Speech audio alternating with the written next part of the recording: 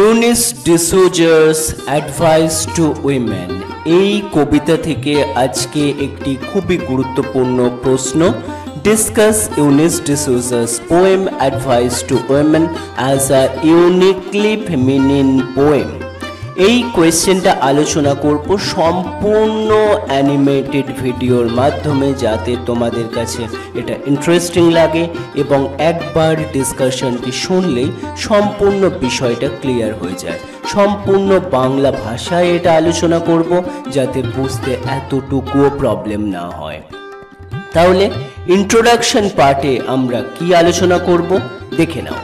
Eunice D'Souza's poem Advice to Women is a special poem that talks about the feelings and struggle of women in relationships. কি বলা হচ্ছে? Younis de Souza's advice to women কবিতাটি এক অনন্য নারীবাদী দৃষ্টিকোণ থেকে সম্পর্কের গল্প বলে। এখানে নারীদের ভালোবাসার সঙ্গে আসা আবেগগুলিকে কিভাবে সামলাতে হয় সেই পরামর্শ দেওয়া হয়েছে। কবিতার ভাষা সহজ, কিন্তু এতে শক্তি এবং স্বাধীনতার বার্তা রয়েছে। এটি নারীদের মনে করিয়ে দেয় যে ভালোবাসা অন্যদের জন্য হলেও নিজের সত্যিকারের অস্বস্তিকে ভুলে গেলে চলবে না। পরবর্তী প্যারাগ্রাফে একটি বিড়ালের প্রতীক নিয়ে আলোচনা করা যেতে পারে। In the poem the speaker talks women to learn from cats. কবিতায় বক্তা নারীদের বলেছেন বিড়ালের কাছ থেকে শেখার কথা। বিড়াল যেমন নিজের জন্যেই বাঁচে, কারোর ওপর নির্ভর করে না, তেমনি নারীদেরও স্বাধীন এবং শক্তিশালী হতে বলা হয়েছে।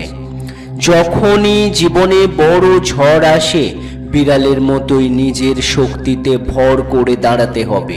বিড়াল এখানে নারীদের আত্মনির্ভরশীলতার প্রতীক।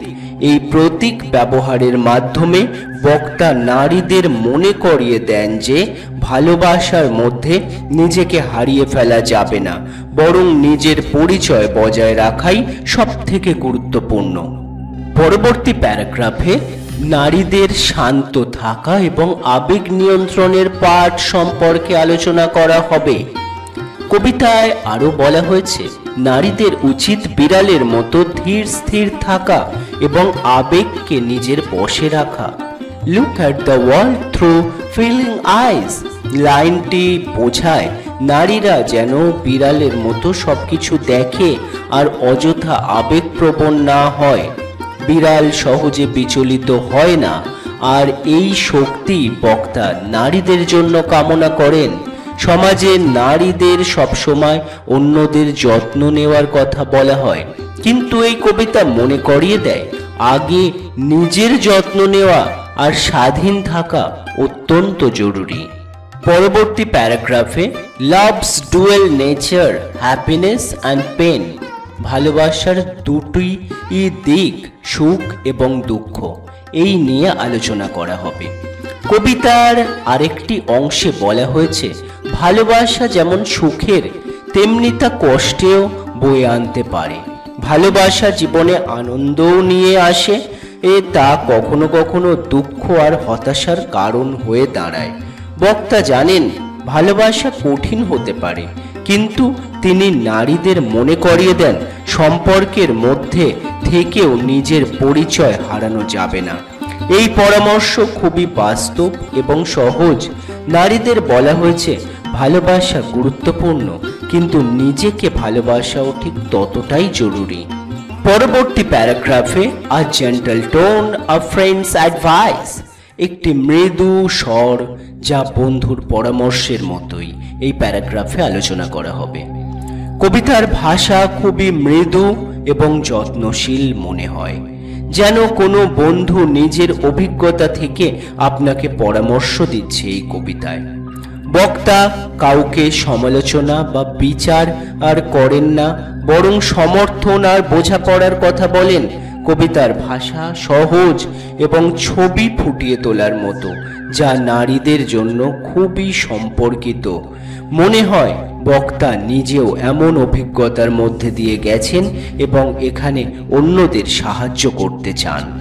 কনক্লুডিং পোর্শনে নারীদের ক্ষমতায়নের কথা বলা হবে।